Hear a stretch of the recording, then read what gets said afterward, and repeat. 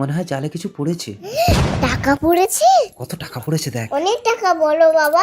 হিন্দু হলে ভিডিওতে লাইক করো, মুসলিম হলে চ্যানেলটি সাবস্ক্রাইব করো। আমি দেবী যক্ষী, তুই পুকুরে জাল ফেলে আমার টাকা তুললি কেন? জক্ষিমা আমি বুঝতে পারিনি। ঠিক আছে, সব টাকা আমি আবার পুকুরে ফেলে দিচ্ছি। দাঁড়া, আমার টাকা কেউ একবার নিলে সেই টাকা আমি আর ফেরত নিই না।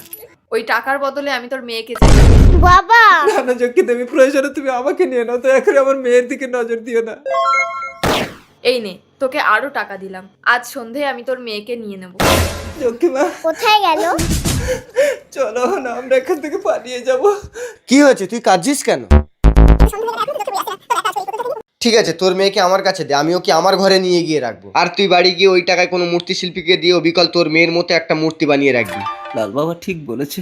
তাড়াতাড়ি করো শিল্পী ভাই, সন্ধে হয়ে গেল, যক্ষী বুড়ি চলে আসবে। দেখো অবিকল তোমার মেয়ের মতো হয়েছে। হ্যাঁ হ্যাঁ, দাও টাকা দাও। নাও। ভাঙলে কিন্তু আমি দেই না। পুতুলটা অবিকল আমার মেয়ের মতো হয়েছে বলো সুধা। হ্যাঁ, কিন্তু সন্ধ্যা হয়ে গেলে এখনো তো যক্ষী বুড়ি আসছে না।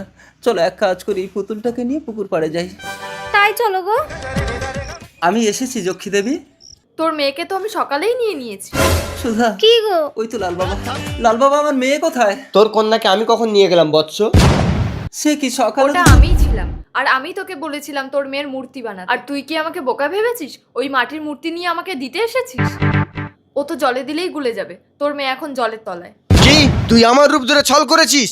আমি এখনই আহুতি যজ্ঞ করে সমস্ত দেবতাদের আহ্বান করব। না না সন্ন্যাসী, তাহলে যে মহাপ্রলয় হবে। তাহলে ওর সন্তানকে ফিরিয়ে দে। অসম্ভব, সে তো এখন জলের তলায়, মৃত প্রায়। একটা উপায় আছে, আমি এখন জলের নিচে গিয়ে ওর শরীর থেকে প্রাণ নিয়ে এই মাটির পুতুলে নিক্ষেপ করছি।